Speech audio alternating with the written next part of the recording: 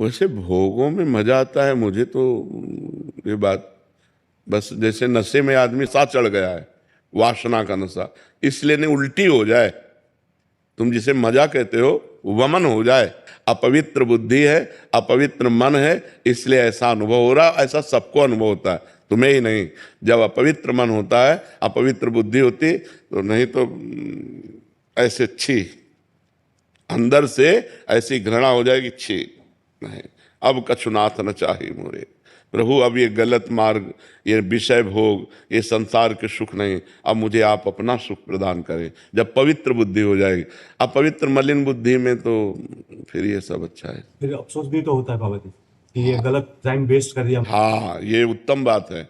अभी पूरी पवित्र बुद्धि नहीं हुई है। जब पूरी पवित्र हो जाएगी तो पहले ही जो थोड़ा पवित्र होती है और ज्यादा अपवित्र होती है तो वो बाद में पश्चाताप करती है। भोग के समय तो सहयोग कर देगी और इसके बाद पश्चाताप करेगी, यार ऐसा क्यों किया। और जो ज्यादा पवित्र होती है, कम अपवित्र होती है, तो भोग की लालसा तो हुई पर वो पहले ही काट देगी, पहले ही उसमें निरर्थक भाव ले आएगी कि यार इसके पहले ले आवे तो काम बन गया।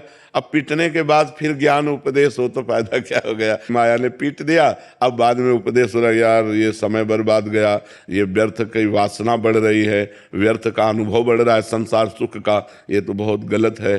पवित्र बुद्धि तो इससे नाम जप बढ़ाओ, जितना नाम जब बढ़ाओगे उतनी बुद्धि पवित्र होती जाएगी। और पवित्र बुद्धि का लक्षण उसे रमा विलास राम अनुरागी तजत बमन जिम जन बड़ भागी। वो बड़भागी भगवान के भक्त जन लक्ष्मी के वैभव विलास को वमन की तरह त्याग देते हैं। कितने दिन का है, कितने दिन का है। अभी शरीर छूट जाए तो क्या है आपके पास? जो भजन किया, जो भगवान का चिंतन किया, जो अच्छे कर्म किए, जो बुरे कर्म किए, वही वो है आपके पास।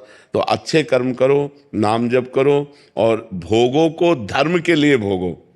अब जैसे आपकी पत्नी है, अब आप परमार्थ पे चल रहे हो और उसकी इच्छा है तो भगवान को प्रणाम करके, भगवान का चिंतन करते हुए कि यद्यपि इसमें सुख नहीं है पर वो अर्धांगिनी है, उसकी इच्छा पूर्ति के लिए हम ऐसा कर्म कर रहे हैं, बगैर इसमें कोई तत्व नहीं, तो आप कर्म भी हो गया और आप फंसे भी नहीं, क्योंकि आपकी रुचि नहीं है।